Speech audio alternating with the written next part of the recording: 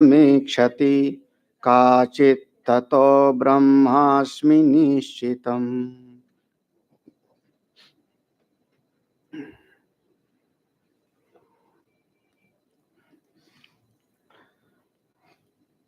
शङ्करं शङ्कराचार्यं केशवं बादरायणं सूत्रभाष्यकृतौ वन्दे भगवन्तौ पुनः पुनः। ईश्वरो गुरुरात्मेति मूर्तिभेदविभागिने व्योमवद्व्याप्तदेहाय दक्षिणामूर्तये नमः। सदाशिवसमारम्भां शङ्कराचार्यमध्यमाम् अस्मदाचार्यपर्यन्तां वन्दे गुरुपरम्पराम्। श्रुतिस्मृतिपुराणानाम् आलयं करुणालयं नमामि भगवत्पादं शङ्करं लोकशङ्करम्।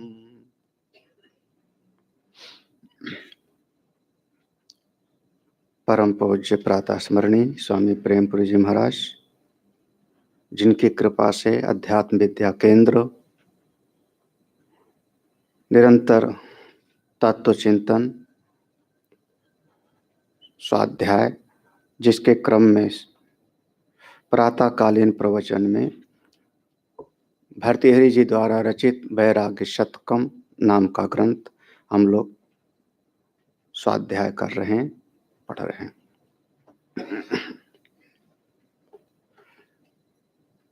100 श्लोकों का यह ग्रंथ हम सबके चित्त को वैराग्यवान बनाने के लिए है।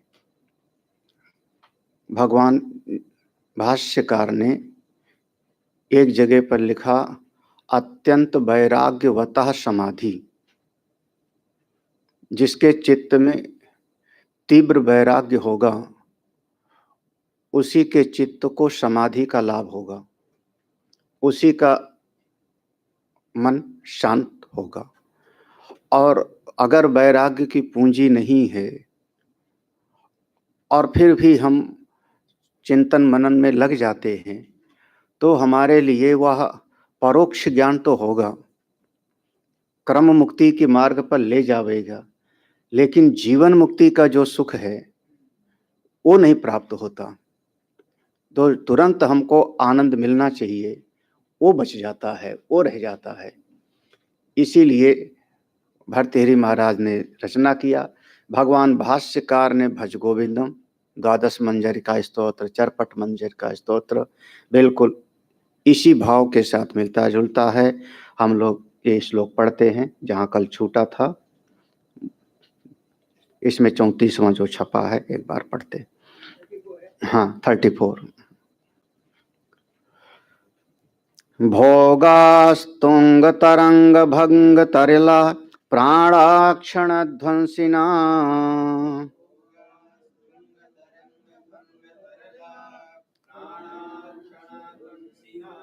स्तोकान्नेव दिनानि यौवन सुखम स्फूर्ति प्रियासु स्थिता।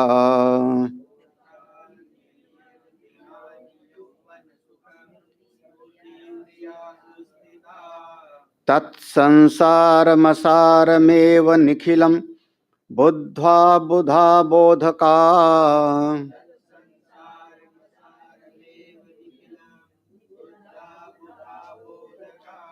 लोकानुग्रह पेशलेन मनसा यत्ना समाधीयताम्।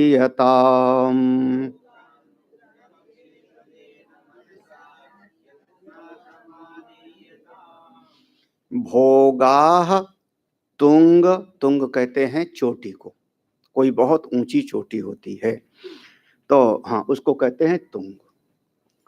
पहाड़ में जैसे जो है कुछ चोटियों का नाम भी ऐसे रखा जाता है।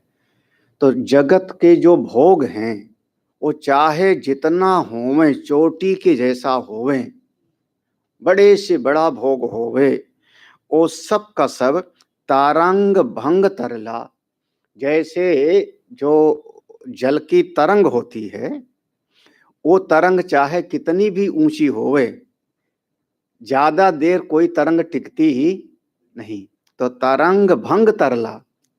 उसी तरीके से बहुत चंचल, और जब कभी हरिद्वार वगैरह में गंगा जी के किनारे आप बैठिए बरसात में, इतने बड़े बड़े पेड़ होते हैं, बड़े बड़े पेड़, और नीचे से जरा सा कटान शुरू होता है, वो वैसे धराशायी होते चले जाते हैं, सब का सब।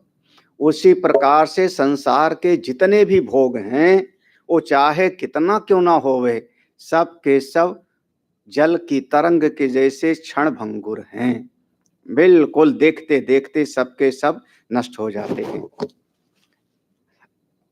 भौतिक जगत में अगर विवेक दृष्टि हमारी खुली हो तो हमको भौतिक जगत में ये सब प्रत्यक्ष दिखाई पड़ता है। कभी एक अपने यहाँ का सम्राट था, क्या नाम था उसका, बहादुर शाह जफर, जिसको अंत में बर्मा भेजा, और आखिर में उसने एक शायरी लिखी, शेर, कि कितना बदनसीब हूं कि 2 गज कप, क्या 2 गज जमी भी न मिली, हाँ 2 गज जमी भी न मिले कूते वतन में, ऐसे कुछ था कि अपने जहाँ पूरे भारतवर्ष का सम्राट, हाँ मुगलिया शासन का आखिरी सम्राट कहते हैं, और अंत में मरता है कहाँ वो, बर्मा में, अंग्रेजों की जो है कैद में। कहाँ ये सारा भोग देखते देखते देखते देखते क्षण हो जाता है, देखते देखते सब नष्ट हो जाता है। आगे कहते हैं प्राणा क्षण ध्वंसिनः,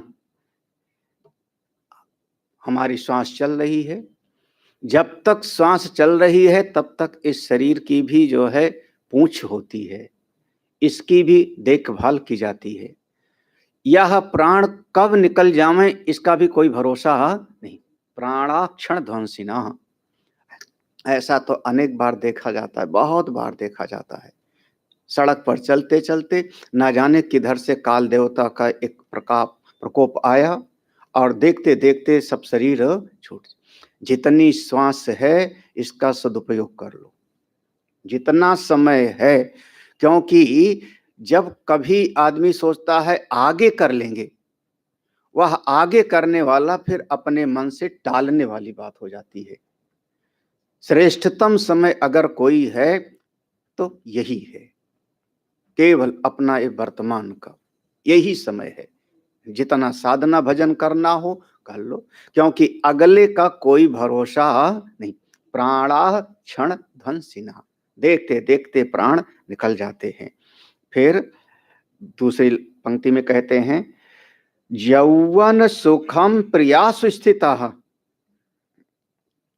प्रियासु अपनी प्रिय पत्नी के पास में जो जुआ भी है, सुंदर है, जुआ है, सुख स्फूर्ति, यौवन सुखम स्फूर्ति, जुआ अवस्था है उसमें सुख मिलता है, घर में अपनी पत्नी है, पति है, अपने परिवार के साथ रमण कर रहा है, ऐसा भी विचार करो। स्तोकानि एव, स्तोकानि माने बहुत बहुत जरा सा क्षण के लिए, थोड़े से समय के लिए, स्तोकानि एव दिनानि, थोड़े दिन की बात है, बाद में सब सृष्टि बदल जाती है, लोगों का मन बदल जाता है, व्यवहार बदल जाता है, भाव बदल जाता है सब। शरीर में, शरीर हमारा ऐसा है कि इसमें भोगने की शक्ति अल्प है, बहुत ज्यादा नहीं है। मन की शक्ति, मन का भाव बदल जाता है, कभी वस्तु उपलब्ध है और मन में भाव ही नहीं है। हाँ, फिर विषय बदल जाते हैं, वो विषयों का भाव बदल जाता है। तो यह जितने भी भोग हैं वो सब का सब बस थोड़े से समय की बात है, इसमें बहुत ज्यादा अपने आप को डुबाना नहीं चाहिए। बस उसी में पड़ा हुआ है, उसी में पड़ा हुआ। और भर्तृहरि महाराज से ज्यादा कौन जानता होगा ये सब, हम लोगों ने शुरुआत में इनकी कथा में देख चुके थे, है ना? तो ये तो चूंकि देख चुके हैं, सब का सब स्तोकानि, थोड़ा सा दिन, थोड़े से दिन की बात है, ये सब का सब चला चले की बात है। तत् संसारम असारम एव, संसारम असारम एव, इसलिए, तत् माने इसलिए, संसारम, यह जो संसार दिखाई पड़ता है ये सब कैसा है? असार। दो शब्द प्रयोग करते हैं ना हम लोग, संसार और जगत, ये दो शब्द प्रयोग किया जाता है। दोनों को बिल्कुल अलग अलग करके समझना चाहिए। कभी न कभी ये भी प्रसंग सुना होगा, ईश्वर सृष्टि और जीव सृष्टि, ऐसा ऐसा भी सुना होगा, जीव सृष्टि और ईश्वर सृष्टि। तो ईश्वर सृष्टि का नाम जगत कहा जाता है और जीव सृष्टि का नाम होता है संसार। हाँ, एक घट है वो मिट्टी से बना है, वो जगत के अंतर्गत है। उसको संतों ने समझाने के लिए तीन अक्षर है ना, जा गा और ता, तीन अक्षर। जा से जायते, गा से गच्छति, ता से तिष्ठत यूं। जो पैदा होता है चला जाता है, थोड़ी दिन का रुका हुआ दिखाई हमको लगता है कि थोड़े दिन से रुका है, तिष्ठत यूं, रुकने वाला नहीं है। तो जगत, जगत माने जो वस्तु ईश्वर सृष्टि में है। अब उसको जब हमने बना लिया ये मेरी है, तो इसको हम कहते हैं जीव सृष्टि, ये संसार है। जीव सृष्टि को हम संसार कहते हैं और ईश्वर सृष्टि को जगत कहते हैं। जो जगत है उसमें ना तो सुख है ना दुख है, सुख भी नहीं है दुख भी नहीं है, सुख और दुख दोनों है हमारे इस जीव सृष्टि। एक वृक्ष है वो ईश्वर सृष्टि है, हाँ, लेकिन जब हमने कहा ये फूल बहुत सुंदर है, सुंदरता को दिखाओ, जिसको हम सुंदर कर रहे हैं उसी को चार आदमी खराब भी कह सकते हैं, उसी वस्तु से दो आदमी को एलर्जी भी हो सकती है, हाँ? तो जिसको मैं सुंदर कह रहा हूं वो कहाँ है? हमारे मन में है, हाँ, हमारे मन में है, वो जीव सृष्टि है, वो जीव सृष्टि है, हाँ। तो अब वो रस्सी सांप ले आओ, समझ में आ जाएगा। हाँ, सर्प कहाँ है? रस्सी पर, रस्सी पर है सर्प। अगर रस्सी पर सर्प होता तो 10 लोग खड़े हैं तो 10 को फिर वहीं दिखाई पड़ना चाहिए था ना। देखो हम 10 दिन के बाद रस्सी सांप लाए हैं, 10 दिन से मैंने बोला नहीं रस्सी सांप, जबकि हम वेदांतियों का बिना रस्सी सांप के गाड़ी चलती नहीं है ना। हम 10 दिन के बाद पहली बार बोले। हाँ, वह जो सर्प है, सर्प रस्सी पर नहीं है। अगर सर्प रस्सी पर होवे तो फिर हमारे मित्र को भी सर्प दिखाई पड़े, हाँ, हमारी माँ पिता को भी रस्सी पर वो सर्प दिखाई पड़े, लेकिन नहीं दिखता। एक को भूछिद्र दिखाई पड़ रहा है, एक को माला दिखाई पड़ रही है, एक को कोई और चीज दिखाई पड़ रही है ना। इसका मतलब वह सर्प केवल और केवल हमारे चित्त में है। हाँ, स्मृति रूपा परत्र दृष्टाव भाषा, ये अध्यास भाष में आएगा ब्रह्म सूत्र में। तो और कहीं पर भी नहीं। तो ये जो है संसार है, वो संसार है। संसार माने जो हमारे मन में है। देखो सरल भाषा में कहूं, अब बिल्कुल सरल भाषा में, घर में एक बालक का जन्म हुआ, वह ईश्वर सृष्टि के अंतर्गत है। 5 महाभूत का शरीर है, वो रोता है, दूध पीता है, ये ईश्वर सृष्टि में है। लेकिन मेरा बच्चा है, सुंदर है, हाँ, बहुत बढ़िया, ये हमारा नाम आगे जा करके बढ़ाएगा, ये सब बातें कहाँ आई? जीव सृष्टि में। यही दुख देता है, इसी को हम कहते हैं संसार। हाँ, वो जो संसार है उसको आप छुआ नहीं सकते हो, उसको आप चखा नहीं सकते हो, उसको आप 5 इंद्रियों से वो दिखाया नहीं जा सकता, क्योंकि वो हमारे मन में है। बहुत बार ये सब साधना के स्वरूप हैं। आप यही चौपाटी पे चले जाओ, चुपचाप एक किनारे बैठ जाओ, एक किनारे, हम लोग स्टेशन पे जाके बैठ जाते थे पहले। किसी के साथ कोई नाता मत बनाओ, कोई विचार नहीं, और चुपचाप सबको देखो। वहां पे अगर 4000 लोग वहां पर घूम रहे हैं तो 4000 संसार है, सबके मन का संसार बिल्कुल अलग अलग है ना। हाँ, ये मत समझना कि सबके मन में एक ही सोच है। वही समुद्र के किनारे, वही बीच पर सबके मन का भाव बिल्कुल अलग। तो वहां 4,000 नहीं, 4,000 संसार हैं। ये सब कैसा है? संसारम असारम एव, इसमें कोई सार नहीं। निखिलम, ये पूरा का पूरा जगत। इसलिए बुद्ध्वा, इसको जानो। बुद्ध्वा माने जान करके। बोधा, बुधा बोध का, बुधा माने जो ज्ञाता हैं, जो जानकार हैं, जो तत्व के वेत्ता हैं, वो हमको बोध का, वो हमको समझाते हैं, वो हमको कहते हैं सुनो, इस संसार को असार समझो, संसार ये ज्यादा दिन टिकने वाला नहीं है, ऐसा समझो, इस प्रकार से विचार करो। और लोक अनुग्रह पेशलेन मनसा, जब संसार को असार समझ लिया तो लोक अनुग्रह पेशलेन, कल शाम को शायद आ रहा था ना ये प्रसंग, लोक संग्रह मेवापि संपश्यन कर तुम अर्हसि, जैसे जनक आदि ने लोक संग्रह की दृष्टि से कार्य को करते रहे, तो लोक अनुग्रह माने लोगों पर, समाज के लोगों पर करुणा करने के लिए थोड़ा सा आप कर्म को करते रहो। ये जो पेशलेन शब्द है ना, ये पेशलेन शब्द हो, इसको कहते हैं बहुत बहुत उसमें रस मत लो, बिना रस लिए हुए।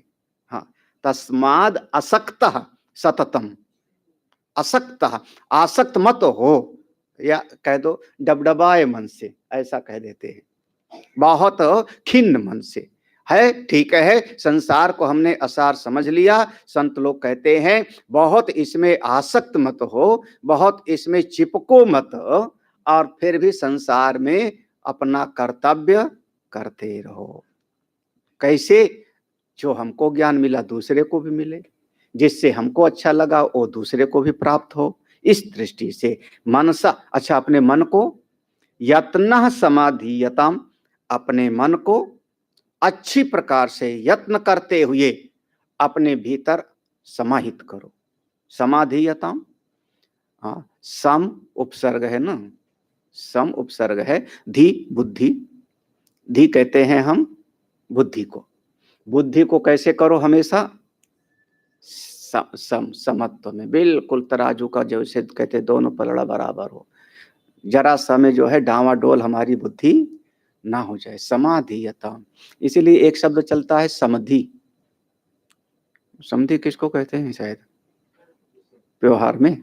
हाँ भाई, हमारी लड़की है, सामने वाले का लड़का है, दोनों का चलो विवाह कर देते हैं, दोनों का शादी हो गई तो आप दोनों जो दोनों के पिता होए वो समधि हो गए, यही ना?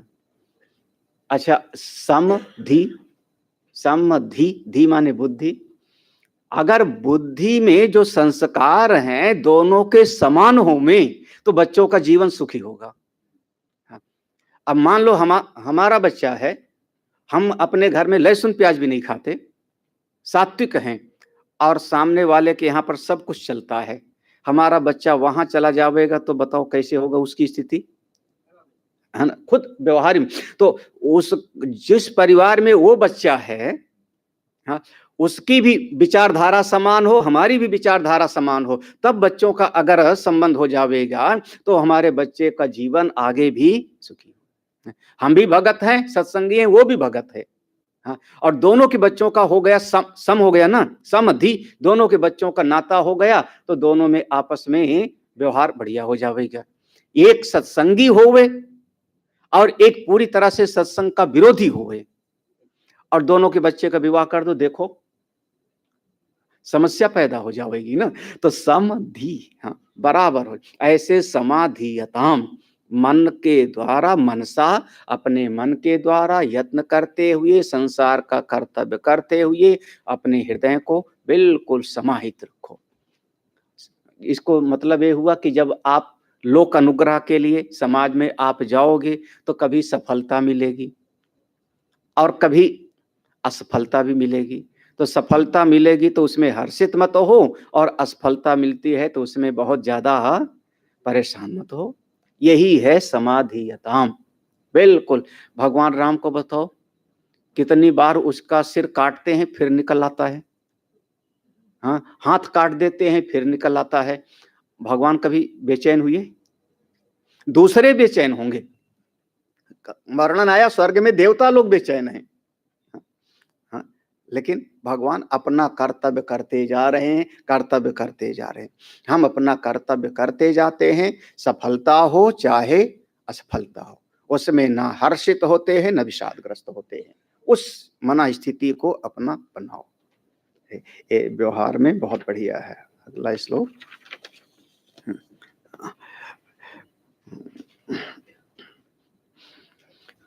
फिर से भाव तो यही है कि संसार के सारे भोग ज्यादा दिन तक टिकते नहीं हैं।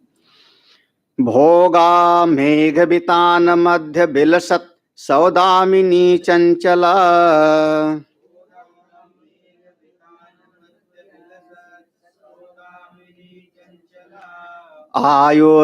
आयुर्वायुर्विघटित घटा तब्ज पटलीलीनाम्बुवद्भंगुरम्।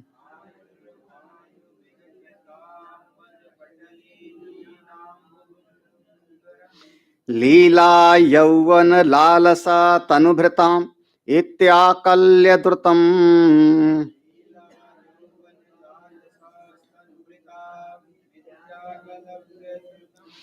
योगे धैर्य समाधि सिद्ध सुलभे बुद्धिं विदध्वं बुधाः।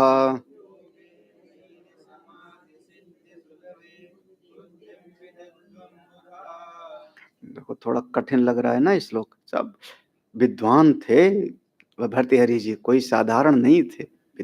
तब तो नीति शतक, श्रृंगार शतक, बैराग, इनके श्लोक पढ़िए तो अच्छा लगता है।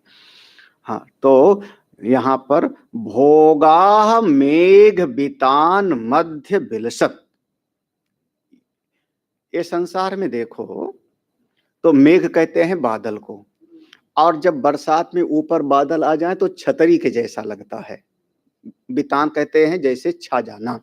तो जैसे बादल सारे चारों तरफ से छा जाते हैं, फिर उसमें होता क्या है, उसके बीच में मेघ बितान मध्य, तो जैसे बादल छाए हुए हैं उनके बीच में बिलसत सौदामिनी। बिलसत कभी कभी जो है ओ बिजली गरजती है ना, तो वहां पर सौदामिनी कहते हैं विद्युत को। हाँ, हाँ बिजली। तो जैसे उसमें दो चीज होती है एक साथ में, आवाज भी होती है और चमक भी होती है। तो सौदामिनी चंचला, अच्छा टिकती कितनी देर है वो? हाँ, थोड़ी देर तक ना, बिल्कुल जरा सा टिकी और गायब। ये संसार के सारे भोग बिल्कुल वैसी हैं। यहाँ पर एक सुंदर अलंकार है, मेघ बितान, जैसे बादलों का छाया हो उसके मध्य, उसके बीच में बिलसित सौदामिनी, बिजली चमक जाती है। एक क्षण तो चारों तरफ प्रकाश प्रकाश हो गया और अगले क्षण सबका सब गायब। बिल्कुल उसी प्रकार से संसार के सारे मेघ, सारे सुख, सारे भोग बिल्कुल इसी प्रकार से दिखाई पड़ते। एक क्षण देखते देखते सब बदल जाता है, सब देखते देखते बदल जाता है। ज्यादा दिन टिकता नहीं है। हाँ, जब वही जब अपनी अवस्था ही नहीं ज्यादा दिन टिकी तो किसको कहें, है ना। अपने मन का भाव ही ज्यादा दिन नहीं टिका तो और क्या कहें। सब का सब देखते देखते बिल्कुल बदलता जा रहा है, क्षण क्षण में। क्षण प्रध्वंसी कहा जाता है। फिर दूसरी पंक्ति में कहते हैं आयु, देखो अब आयु कहते हैं, आयु वायु विघटित। जो आयु है हमारी, वो वायु का विघटित माने जो है बहुत तेज, जैसे झोंका चलता है। आंधी, आंधी हम कहें आंधी जैसे चलती है, तो आंधी चलती है तो उस विघटित। आब्ज कहते हैं कमल को, आब्ज पटली, पटली माने पत्ता। तो वह जो कमल का पत्ता है, आब्ज माने कमल, पटली माने पत्ता, वो कमल के पत्ते पर कोई बूंद पड़ी होती है। वही भगवान भाष्यकार ने लिखा है, वो वाला श्लोक है, नलिनी दलगत जलमति तरलम तद्वत जीवितमतिशय चपलम विद्धि व्याधि अभिमान ग्रस्तम लोकं शोकहतं च समस्तं भज गोविंदम भज गोविंदम गोविंदम भज मूढ़मते। भाई आयु कैसी? नलनी दल गत जलम अति तरलम। जैसे कमल के पत्ते पर एक बूंद पड़ जाए ओस की, मोती के जैसे सुंदर लगती है, सुंदर बहुत लगती है, लेकिन टिकती कितनी देर है? बस एक हवा का झोंका आवे और वो वहां से गिर जाती है। बिल्कुल आयु से, आयु कैसी है? वायु विघटित। जैसे वायु का झोंका चले तो अब्ज पटली कमल के पत्ते पर जो बूंद है और वो वहां पर एक क्षण में जाकर के गिर जाती है। अम्बुवत भंगुरम, अम्बुवत माने जल की बूंद के जैसे, भंगुरम क्षण भंगुर, वह बूंद जाके गिर जाती है। ऐसे आयु है, एक काल का झोंका आया, जरा सा काल का झोंका आया और आयु समाप्त। भगवान की बहुत बड़ी करुणा है, हमारा प्रारब्ध है जो हमारा शरीर ठीक है साधना के लिए। हाँ, ये तो सभी सभी इस बात पर सहमत है कि शरीर किस लिए मिला? साधन धाम मोक्ष कर द्वारा। हाँ, ये शरीर का मिलने का ये प्रयोजन था। साधन धाम मोक्ष कर द्वारा पाई न जही पर लोक संवारा, सो परत्र दुख पावै श्री धुन धुन पछताएं, काल ही कर्म ही ईश्वर ही मिथ्या दोष। भाई शरीर मिला था साधन करने के लिए, मोक्ष रूपी महल का दरवाजा था, इससे प्रवेश कर सकते थे, लेकिन संसार में ऐसे आके फंस गए कि असली जो काम था वो गया भूल। जिसके लिए आए थे वो गया भूल, और संसार में क्षणभंगुर चीजों में आकर के बस अपना समय। और गोस्वामी जी लिखते हैं कि जब यहाँ से जीव जाता है तो वहां बहुत सारे लोग ऐसे मिलते हैं ना उसको। कोई अकेला थोड़े है, वहां तो भीड़ है। तो वहां वो लोग पूछते हैं क्यों मनुष्य का शरीर मिला था, बढ़िया शरीर मिला था, भजन नहीं किया, भक्ति साधना नहीं किया, ज्ञान नहीं पाया, तो वहां सिर पीट पीट के पछताता है, हाय हाय खो दिया, क्या करूं क्या करूं, हमारे पास समय ही कम था। सो काल ही, काल ही, काल ही माने दोष किस पर लगाता है? समय पर। अपनी गलती नहीं देखता। समय सबको बराबर मिला है, लेकिन आदमी दोष किस पर देगा? समय नहीं था हमारे पास में, टाइम कम था। सो काल है। दूसरे से पूछा क्यों तूने साधना भजन नहीं किया, मुक्ति का मार्ग नहीं पक्का किया? उसने कहा क्या करूं, हमारे कर्म ठीक नहीं थे, है ना। ये बहुत मजेदार बात जब आती है, हम लोग बिल्कुल अंदर से मुस्कुराते हैं। जैसे किसी से पूछा क्यों सत्संग में नहीं आते हो, तो आदमी बड़े प्यार से कहता है जब आपकी कृपा होगी तभी आया जाएगा। ऐसे बोलते हैं बहुत प्यार से, जो है जब जब आप बुलाएंगे तभी तो आप आएंगे, जब आपकी कृपा होगी तभी तो आएंगे। मतलब अपनी गलती नहीं है, किस पर डाला? तो काल ही कर्म ही। अब और नहीं तो तीसरा दोष लगाने वाले पक्का हैं, भगवान ही ने कृपा नहीं किया, भगवान चाहते नहीं थे। महाराज ये आयु ऐसी है, अच्छा बनाओ, बढ़िया बनाओ, बहुत अच्छा, नहीं तो आयु तो जा रही। हाँ, तीसरी लाइन है। हाँ हाँ, लीला यौवन लालसा तनुभृताम, तनुभृताम इति आकल्य द्रुतम, इति आकल्य। यह जो हमारी इसको जो इसका जो अन्वय करेंगे ना, पहले ले तनुभृताम को पहले ले आएंगे। तनुभृताम माने शरीरधारी, तनु को धारण करने वाला। यह जो मनुष्य है इसके भीतर जो यौवन की लालसा है,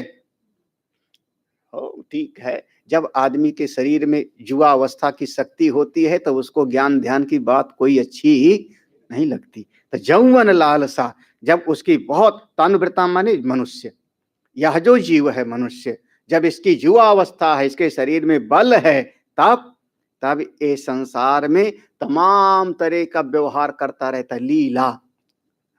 अब यहाँ पर भगवान कृष्ण की लीला मत समझ लेना, लीला माने यहाँ पर व्यवहार, तमाम तरह के व्यवहार में फंसा रहता है।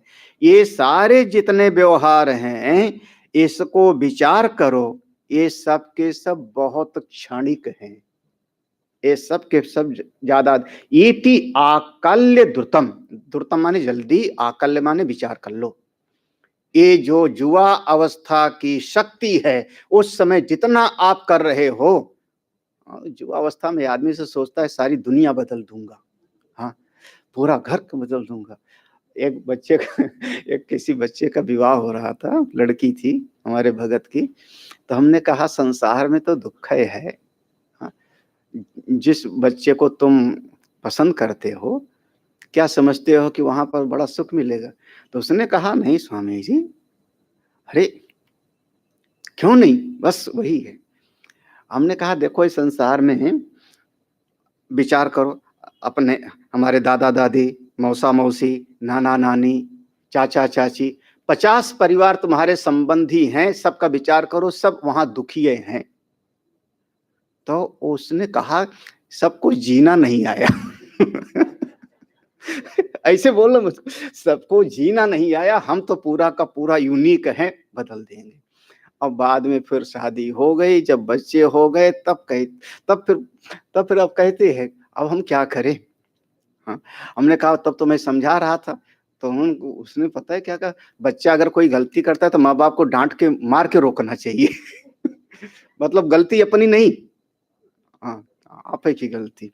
ये लीला, ये जो यौवन की अवस्था में जब आदमी सोचता है सब मैं अपने अनुकूल कर लूंगा, सब हमारे हिसाब से हो जाएगा, ये सब होता हुआता नहीं, सब बहुत अस्थिर है। हे तनुभृताम, हे प्राणी, हे साधक विचार करो, इति आकल्य, आकल्य माने खूब विचार कर लो, द्रुतम जितनी जल्दी समझ में आ जावे उतना ही अच्छा। अब विचार करके फिर करो क्या, योगे धैर्य समाधि सिद्ध सुलभे, वाह, हाँ, आप आ जाओ किसमें, बोले योगे, योग मार्ग में आ जाओ, धैर्य पूर्वक, धैर्य, हाँ, धैर्य शब्द बहुत बार आता है, धीर शब्द, उपनिषद में धीर शब्द आएगा। धीर शब्द की जो है बहुत सारी व्याख्याएं हैं, बहुत सारी व्याख्याएं हैं। वहां पर एक व्याख्या बहुत सटीक है, विकार हेतु सती न विक्रियन्ते एसाम चेतांसि ते एव धीरः।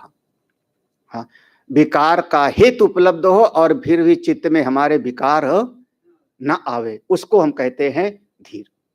सामने बढ़िया से बढ़िया वस्तु बैठ रखी है खाने को, और फिर भी आपके भीतर खाने की इच्छा ना हो, यही ना। आप सड़क पर जा रहे हो और असरफियों की थैली पड़ी हुई है, कोई दोष भी नहीं उठा सकते हो, और फिर भी आपके चित्त में लोभ ना आवे तो समझना कि आप धीर हो। और मिले ही नहीं तो फिर तो न मिले के भगत तो दुनिया ही है ना। यही तो है भाई। अब कोई नौकरी करने वाला है, ऐसी सीट पर हो कि जहां चारों तरफ से उसको पैसा मिलता हो और फिर भी न लेवे, तब हम कहेंगे ये धीर है, ईमानदार है।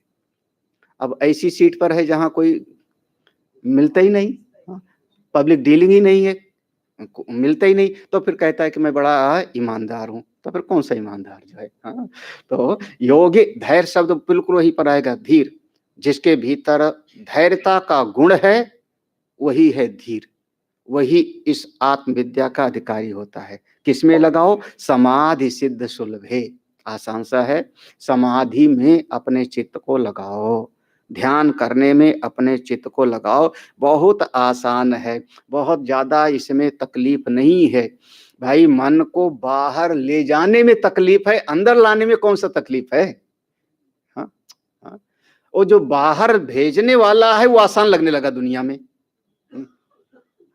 बाहर आपको 10 कदम चलना हो तो तकलीफ है, अब भीतर बैठना हो तो, हाँ, कितना आसान है, हाँ भाई। आंख खोल के देखना हो तो आपको तकलीफ है, चश्मा लगाना पड़ेगा, रोशनी ठीक ठाक हो गई, ज्यादा रोशनी होगी तो दिखाई नहीं पड़ेगा, मध्यम रोशनी होगी तब नहीं दिखे, तब समस्या है। और आंख बंद करने में कौन सी समस्या, हाँ, कौन सी समस्या, हाँ, लेकिन वही ज्यादा मुश्किल लगता है, वही ज्यादा मुश्किल लगता है।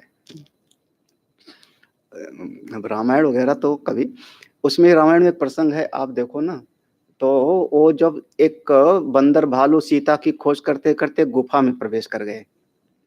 उस गुफा में एक देवी बैठी थी। वो देवी का नाम था स्वयं प्रभा।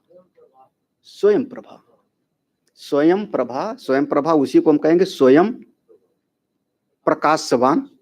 एक तरीके से अपने आत्मा का गुण है।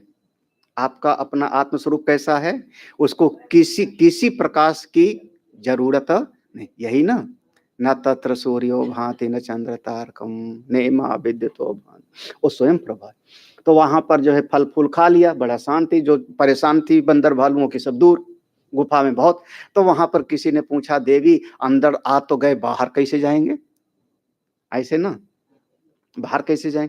तो देवी ने कहा कि कोई बात नहीं, आंख बंद करके बैठो, मैं बाहर पहुंचवा देती हूँ। ऐसे कहा था, आप आंख बंद करके बैठो।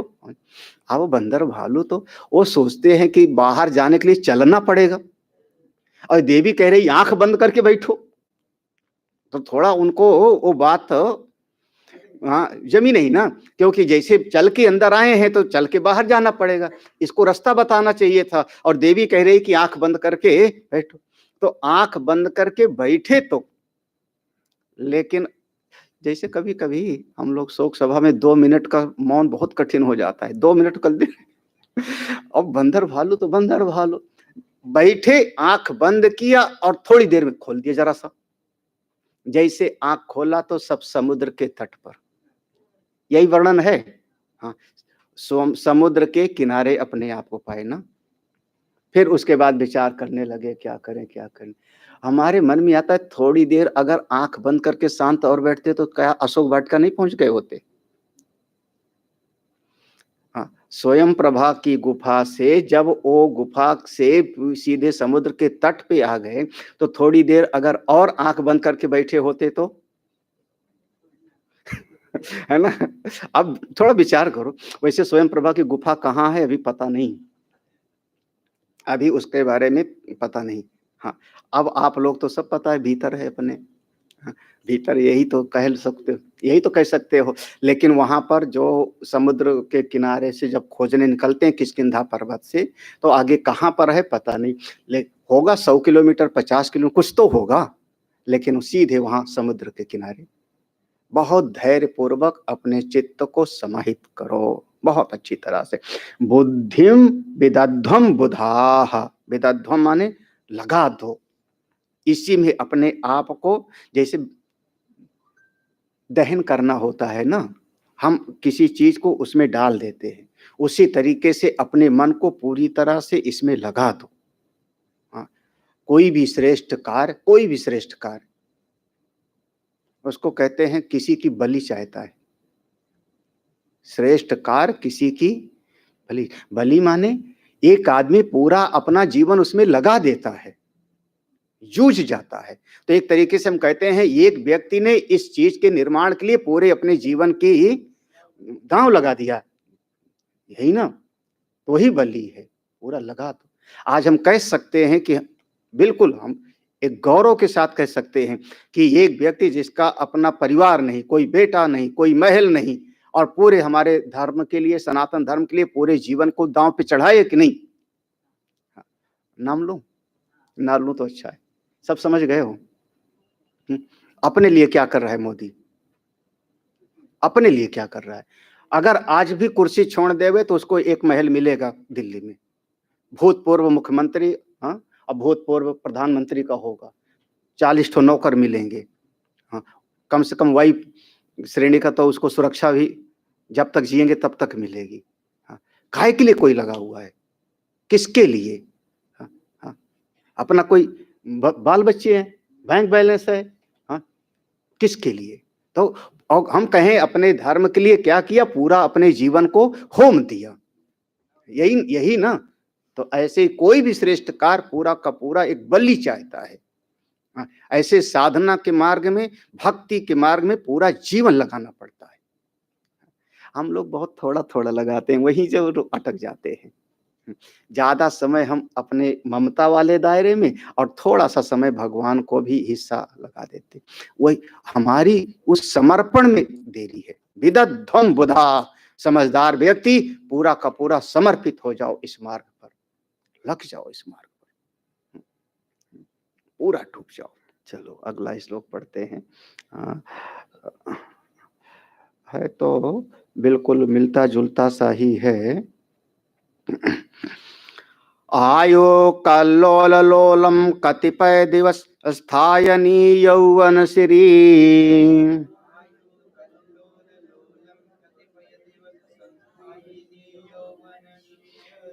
अर्था संकल्प कल्पा घन समय तड़ित विभ्रमा भोग पूगा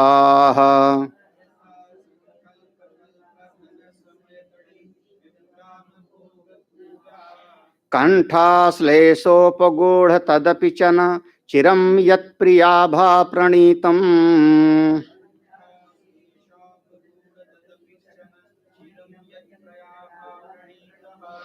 ब्रह्मण्यासक्त चित्ता भवत भवमय अम्बोधि पारं तुरी तरितुम्।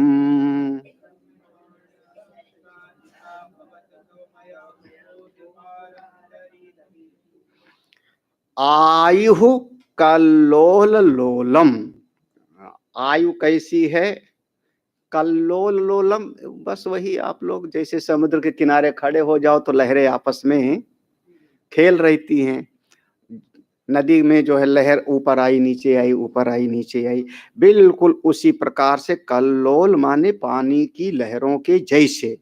लोलम मतलब बस वो एक दूसरे से लहर में खेलती हुई नष्ट हो रही। कितने दिन तक? कतिपय दिवस, बहुत जरा सा थोड़े से दिन, कतिपय बहुत थोड़े से दिन तक। यह आयु जल की लहरों के समान ऊपर नीचे होते हुए कतिपय दिवस, कुछ क्षण के लिए अस्थायिनी, कुछ क्षण तक यह टिकती है, ज्यादा देर तक ये टिकती उगती ही नहीं। हाँ, तो ये आयु तो बहुत क्षणभंगुर है। फिर कहते हैं यौवन श्री, आयु तो जल की लहरों के समान चंचल है, तो यह जो जुआ अवस्था है यौवन और श्री, ये दोनों सब का सब, ये भी कतिपय दिवस स्थायिनी, थोड़े दिन तक टिकने वाली है। एक लक्ष्मी जी का एक नाम ही पड़ गया था ना, चंचला, मतलब कभी भी एक जगह पर ज्यादा दिन तक स्थिर नहीं रहती। हाँ, एक कुछ लोग जैसे कागज की नोट पर जो है दस्तखत कर देते थे पहले कि हमारी नोट जो हमारे हाथ से गई फिर हमारे पास आएगी कि नहीं। हाँ, हमने पूछा ऐसा क्यों कर रहे हो, तो बोले देखूंगा कि वापस फिर हमारे हाथ में कभी दोबारा आती है कि नहीं। अभी तक वो बताने के लिए मिले नहीं हमको कि है कि नहीं पता नहीं। तो ये सब बहुत क्षणिक है जी, सब का सब चलता रहता है। तो आयु कल्लोलोलम, जो आयु है वो जल की लहरों के जैसे डामाडोल है। कतिपय दिवस स्थायिनी यौवन श्री, जो जुआवस्था आदि है, लक्ष्मी आदि, वो भी बहुत क्षण में थोड़े दिन तक टिकती है, बस किनारे। अर्था संकल्प कल्पा, क्या कहूं, अर्था, अर्था माने क्या कहोगे? वैभव, संपत्ति, पद प्रतिष्ठा। ये जो वो हम लोग चार पुरुषार्थ का विवेक करते हैं ना, धर्म, अर्थ, काम और मोक्ष, तो वहां अर्थ का मतलब केवल द्रव्य नहीं माना जाता। अर्थ का मतलब केवल द्रव्य नहीं मानते। अब वो उसका विषय है ना, अर्थशास्त्र तो विषय ही है। और सबसे बढ़िया ग्रंथ हमारे इन्हीं कौटिल्य महाराज जी का, कौटिल्य महाराज का तो सुने हैं, चाणक्य का नाम तो सुने ही है ना, चाणक्य जी का। चाणक्य जी ने जब नीति शास्त्र की रचना किया तो नाम पड़ा चाणक्य नीति, और उन्होंने ही जब अर्थशास्त्र पर ग्रंथ लिखा तो उनका नाम, उनको कुटिल कहा जाता था, कुटिल ब्राह्मण ऐसा कहा जाता था। तो कुटिल ब्राह्मण ने जो रचना किया उसका उनका नाम पड़ गया कौटिल्य। तो अर्थशास्त्र उनका प्रसिद्ध है। और बताओ कैसे महापुरुष, इतना त्यागी, चंद्रगुप्त जैसे को बनाने वाले, वहाँ हिंदू साम्राज्य की स्थापना करने वाले, और उन्होंने ही फिर वात्स्यायन नाम से एक और ग्रंथ लिखा। जब उस ग्रंथ को लिखा कामशास्त्र को, तो नाम था उनका, वही रचयिता माने जाते हैं, वात्स्यायन। नाम लिखा उन्होंने वात्स्यायन। तो इस प्रकार से जो है एक कौट कहा दे। तो अर्थ कहते हैं किसी वस्तु की क्रय करने की जो शक्ति है उसका नाम है अर्थ। कोई भी चीज को, अब पहले के समय में जैसे कोई सी ने अनाज दे दिया और बदले में कुछ ले लिया, ऐसा होता था ना, अनाज दे दिया बदले में कुछ ले लिया। तो वह जिस हमने 2 किलो अनाज दिया और उसके बदले हमने थोड़ी सी कोई चीज लिया, तो वहां द्रव्य नहीं हुआ ना, वहां रुपया नहीं देना लेना हुआ, तो हमारा जो अनाज देना हुआ वही हो गया अर्थ। एक व्यक्ति ने 1 महीने तक कहीं पर नौकरी किया, परिश्रम किया, तो उसने अपना श्रम लगाया और बुद्धि का ज्ञान लगाया, और उसके बदले जो प्राप्त किया, तो जो पैसा प्राप्त किया वो अर्थ नहीं है। अर्थ कौन होगा? ये जो क्रय करने की शक्ति थी, उसने जो श्रम और बुद्धि का ज्ञान दिया, जिसके बदले कुछ प्राप्त किया, वो हो गया अर्थ। अर्थ माने बाहरी जगत की किसी वस्तु को क्रय करने की सामर्थ्य, हाँ, उसका नाम होता है। और ये जितनी सामर्थ्य है आपके पास, हम लोग बुद्धिजीवी कहते हैं, श्रमजीवी कहते हैं, ये जितनी शक्तियां हैं, अर्थ आदि धन संपत्ति, ये सब संकल्प, अर्थ संकल्प कल्पाः, ये सब आपके मन में संकल्प विकल्प होते रहते हैं। संकल्प कल्पा माने, और सरल भाषा में कहें तो शेख चिल्ली का सपना, हाँ, ख्याली पुलाव। शेख चिल्ली वाला सपना तो सुने होगा, नहीं सुना? सबने नहीं सुना? तो फिर ये करूंगा, फिर ऐसा करूंगा, फिर वैसा करूंगा, फिर वो करूंगा, अंत में सब गड़बड़ हो जाता है ना? तो ये सब का सब ख्याली पुलाव है। घन समय तड़ित विभ्रमा भोग पूगा।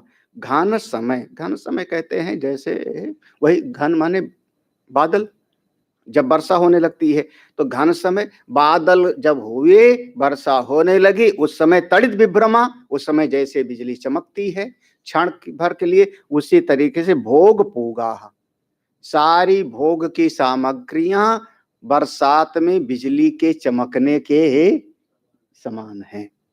भोग पूगा, सारे भोग की सामग्री, घन समय, जब बरसात का समय आया उस समय बिजली चमकने के जैसे है।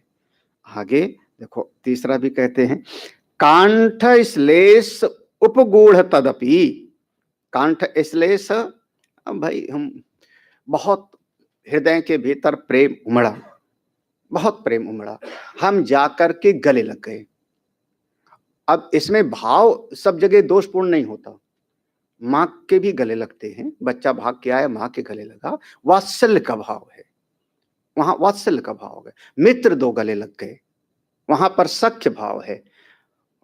प्रेमिका से गले लगे, पत्नी से गले लगे, वहां पर उसका एक श्रृंगार का भाव है, माधुर्य भाव है। तो यहां करें कंठ श्लेष उपगूढ़, आप गले लग गए, लेकिन ये भी याद रखना, तदपि न चिरम, वो भी ज्यादा देर तक टिकने वाला नहीं।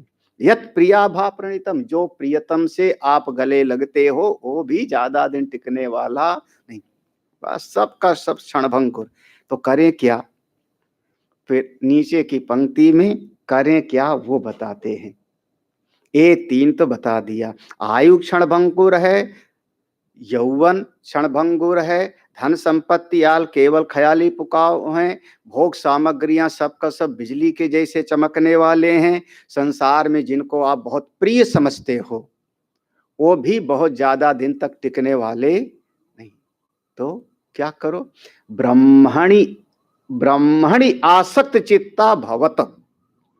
ब्रह्मणि आसक्त चित्ता, ब्रह्मणि माने ब्रह्म में, अपने परमात्म स्वरूप में आसक्त चित्त हो जाओ, मन को पूरी तरह से भावत हो जाओ, ऐसा परमात्मा में आसक्त हो जाओ। संसार में आसक्ति अनुभव है, दुनिया में जगह जगह पर हम आसक्त हैं, सब जगह से खींच करके परमात्मा में लगाओ। बस यही है, संसार से मन को खींचो, भगवान में लगाओ। बाह्य जगत से मन को हटाओ, अपने अंतर जगत में लगाओ। यही साधना है, यही उपाय है। बस आसक्ति बनानी है अपने स्वरूप में, परमात्मा से लगा लो, बन जाओ, अंतर्मुखी बन जाओ पूरी तरह से। हाँ, ब्रह्मणि आसक्त चित्ता, बहुत बहुत माने हो जाओ ऐसा। ऐसे ये भू धातु है ना, भू धातु है जिसका रूप चलता है भवति भवतः, उसी से शब्द बनता है भाव। सब प्रत्यय लगता जाएगा। हाँ, शब्द बदलते जाएंगे। भाव, भाव कहते हो ना, भाव, भाव माने नहीं, भाव वो दूसरा हो जाएगा। यहाँ भाव माने आशीर्वाद हो जाएगा। जैसे कहते हो ना चिरंजीवी भव, आयुष्मान भव, यही कहे ना। तो ऐसे हम कहें ब्रह्मणि आसक्त चित्ता भव। अगर असली में आशीर्वाद देना चाहें तो क्या, अपने स्वरूप में स्थित हो जाओ। यही तुम, अब कोई कितने ही कहे कि आयुष्मान भव, चाहे जितना कोई आशीर्वाद दे, ये आशीर्वाद तो एक दिन झूठा हो ही जाएगा। क्योंकि जो जन्म लिया है उसका एक दिन मृत्यु तो निश्चित है। तो चिरंजीवी कैसे हो जाएगा? हाँ, तो वो आशीर्वाद तो झूठा हो गया ना। अगर ये आशीर्वाद देवे कि जाओ तुम ज्ञानी भव, जीवन मुक्त भव, ब्रह्मण से आसक्ति चित्ता भव, महाराज ये तो फिर बिल्कुल सही। हाँ, कहते भावा भाव भावमया मय, भावमय यही है ना, भावमय अम्बोधि पारम तरितुम। भावमय माने अब यहाँ दूसरा जो भावमय है ये सागर, भावमय ये जो संसार सागर है पूरा का पूरा कैसा है, अम्बोधि समुद्र के जैसे, जिसका कोई पारावार नहीं।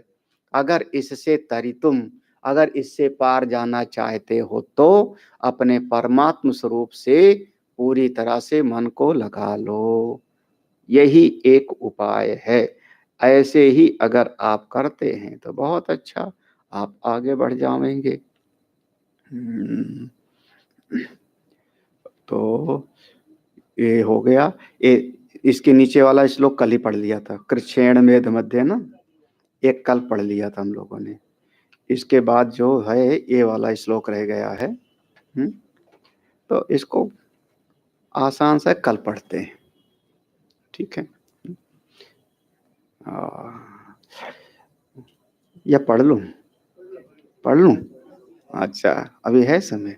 आसान सा है, बहुत कठिन नहीं है। व्याघ्रेव तिष्ठति जरा परितर्जयन्ति,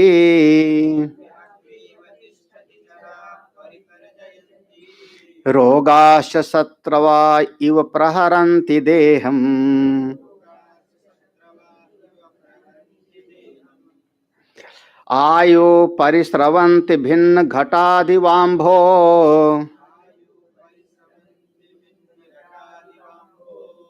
लोकास्तथाप्य हितम् आचरति इति चित्रम्।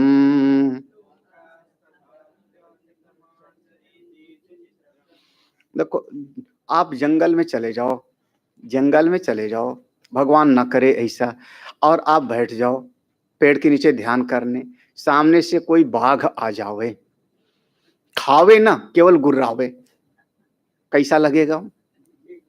हाँ खावे ना, वो खड़ा रहे वहीं पर, आप भी ध्यान करने बैठे हो, महाराज ध्यानवान तो नहीं तो वही होवेगा ना तो कह रहे हैं व्याघ्र इव तिष्ठति, व्याघ्र इव, जैसे बाघ जो है वो सामने खड़ा हो गए और डरावे, वैसे कौन डरा रहा है? जरा, जरा माने बुढ़ापा, बुढ़ापा परितर्जयंती, बिल्कुल डरा रहा है, घबराओ मत मैं आने वाला हूँ, घबराओ मत मैं करने वाला हूँ। परितर्जयंती माने डरा, सामने बुढ़ापा खड़ा हुआ डरा रहा है। अच्छा, और फिर कहते रोगाश्च शत्रवः, हे महाराज जैसे कोई शत्रु हो तो मौका पावे तलवार से आक्रमण करने के लिए बिल्कुल तैयार हैं, इधर से दाएं से बाएं, शत्रु तो यही है ना, जिधर से मौका पावेगा वो तलवार से प्रहार करेगा। ऐसे हमारे ऊपर बिल्कुल शत्रु के जैसा, जिनके भीतर कोई दया माया नहीं है, ऐसे शत्रु के जैसे प्रहार कर रहे हैं। कौन? रोगाश्च, तरह तरह के रोग, शत्रु वह शत्रु के जैसे प्रहरंती, हमारे शरीर पर प्रहार कर रहे हैं। कभी कुछ, एक से एक कुछ न कुछ शरीर में तो लगा ही रहता है। बढ़िया जो दृष्टांत है, अब ये मन में भाव है, आप कभी जैसे शंकर जी के मंदिर में जाते हो, हाँ, ध्यान नहीं रहा, शिवरात्रि के दिन लेना था। शंकर जी के मंदिर में गए तो वहाँ पूरा दृश्य है ना, नंदी जी विराजमान है और प्रायः नंदी जी अंदर नहीं होते, बाहर होते। और जो श्रेष्ठतम है कि नंदी बड़े होने चाहिए, बड़े से बड़े नंदी होते हैं। यानी नंदी माने धर्म, धर्म कितना होए, बड़ा होए, तब आप वहाँ पहुँचोगे। धर्म ज़्यादा से ज़्यादा हो, एक-एक चीज़ का वहाँ पर भाव है। अंदर गए तो फिर वहाँ पर एक तरफ जो है माँ पार्वती जी विराजमान हैं, एक तरफ फिर कार्तिकेय जी विराजमान हैं, एक तरफ गणेश जी विराजमान हैं, बीच में भगवान शिव जी विराजमान हैं, महाकाल स्वरूप। उनके ऊपर एक घड़ा रखा है। हाँ, उस घड़े में जल है और बीच में छेद है, तो एक-एक बूंद करके कहाँ जा रहा है? महाकाल के ऊपर। महाकाल के ऊपर चला जा रहा है, यही ना? ये जो घड़ा क्या है? ये मेरा शरीर ही घड़ा है और इसमें जो हमने कुछ श्वास लेके आए हैं, 100 साल की आयु कुछ श्वास, वही जल है और एक-एक बूंद काल के ऊपर सब शिव जी के ऊपर चला चला, है ना? ध्यान आना चाहिए, एक-एक चीज़ का। शंकर जी के मंदिर में जाओ तो एक-एक चीज़ का भाव है पूरा, यहाँ से क्या है?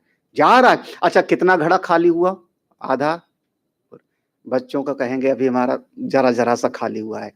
हाँ, जुआ वाले कहेंगे आधा घड़ा तो गया, हम लोग कहेंगे बस ज़रा-सा रह गया है पानी। यही ना, आयु परिश्रवन्ति भिन्न घटादिवाम्भो। हाँ, जैसे घड़े में से जल निकलता, ऐसे एक-एक करके हमारा बूंद सब काल में चला जा रहा है। लोकाः तथा अपि, तथापि इसके बाद भी, देखते-देखते भी हो रहा है, उसके बाद भी संसार के लोग अहितम आचरति, ऐसा व्यवहार करते हैं जिसमें उनका स्वयं का अहित होता है। अहितम आचरति, वो क्या कहते हो, जिस डाल पर बैठे उसी को काटे, यही ना? हाँ, अपना नुकसान खुद करता है। हाँ, एक बात बहुत अच्छी तरह से अंत में मैं बोल रहा हूँ आज के, हम अगर मेरा मन दुखी है तो सुखी है तो, अनुकूल है तो प्रतिकूल है परिस्थितियाँ, सबके कारण आप स्वयं हो। किसी दूसरे पर आप आरोप करते हो, तुरंत समझना ये अज्ञान का लक्षण है। हाँ, हाँ, परो ददाति इति कुबुद्धिरेषा। हाँ, बिल्कुल, जैसा भी है, अनुकूल परिस्थिति है तो, प्रतिकूल परिस्थिति है तो, उसका हेतु मैं स्वयं हूँ। मन सुखी है तो, दुखी है तो, उसका मूल कारण मैं स्वयं हूँ। जैसा भी हूँ, आज आप साधना में बढ़ रहे हो तो, या कहीं कोई प्रतिबंध आता है तो, उसके भी कारण हम स्वयं। किसी दूसरे पर दोष देना वो बहुत समझदारी की बात नहीं है, लेकिन संसार में लोग देते इसके कारण, कोई किसी को नहीं। आप स्वयं अपने जीवन की निर्माता स्वयं, स्वयं हो। उसके बाद जब आदमी अहितम आचरति, ऐसा व्यवहार करता है जिसमें उसका खुद का साधना आदि रुक जाती है, कल्याण नहीं होता। चित्रम, आश्चर्य है, क्या कहें, ऐसा विचित्र जीवन है।